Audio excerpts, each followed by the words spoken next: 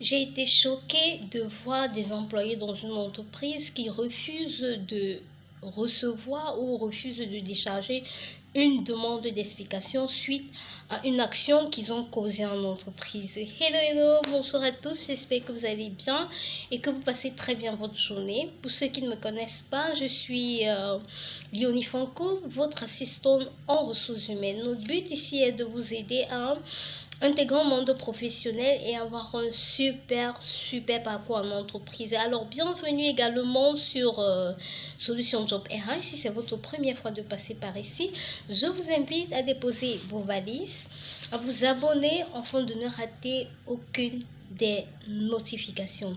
Alors aujourd'hui, je vais échanger avec vous sur les étapes de sanction en entreprise. Alors, beaucoup de gens, beaucoup de managers et de salariés ne savent pas qu'il y a des étapes de sanction en entreprise et beaucoup également refusent de décharger ou de récupérer une demande d'explication, soit disant que la demande d'explication est une méthode de sanction.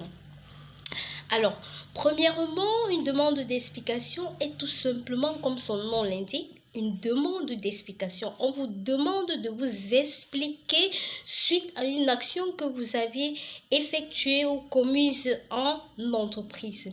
Alors, au sortir de la réponse à votre demande d'explication, c'est à ce moment-là qu'on va essayer de trouver un type de sanction à vous soumettre, vous en tant que salarié.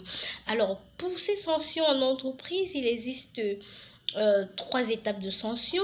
Après une demande d'explication qui n'est pas une sanction, il y a un avertissement, une blâme, une mise à pied et également un licenciement. Beaucoup de gens pensent qu'un licenciement n'est pas une sanction, c'est une sanction si vous avez commis en entreprise une faute lourde ou une faute grave. Et ce que je voulais rajouter ici, c'est que beaucoup de boss ne savent pas, beaucoup de patrons ne savent pas qu'il faudrait suivre l'ordre hiérarchique des sanctions. Tu ne peux pas quitter de la lettre d'avertissement une blâme ou une mise à pied et licencier directement le salarié sans qu'il ait effectué une faute lourde ou une faute grave.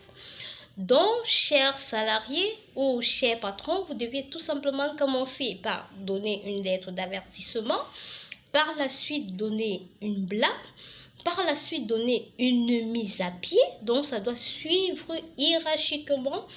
Et après la mise à pied, s'il a l'habitude de commettre ce type de gaffe, tu dois le licencier.